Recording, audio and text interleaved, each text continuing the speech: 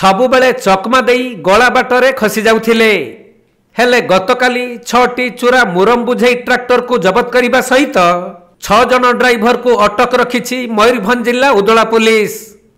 उदोला थाना पथुरिया अंचलर मुरम खादानरू चोरा मुरम चालान हेउथबा उदोला पुलिस खबर पाइथिला। तेणु पुलिस एक टीम अनंतपुर अंचल रे चढ़ाऊ करी मुरम नहीं जाउथबा 6टी ट्रैक्टर को धरिछि। आउ 6 जन ड्राइवर को गिरफ करा जाइथबा बेले एही चालान पछरे किए असली कारपटदार ताकु नहीं तदंत करुछि उदोला पुलिस। तबे मयूरभंज जिलार विभिन्न अंचल रे खनिज पदार्थर बहुल भावे खादान रहिछि। से गुडी को माफिया माने टार्गेट रे रखी चोरा चालान करी मालेमाल हेउछंती। केतेकांशरे धरा पडुथिले भी सला सुतुरा रे विभिन्न खनिज खादान रु चोरा चालान चलीछि।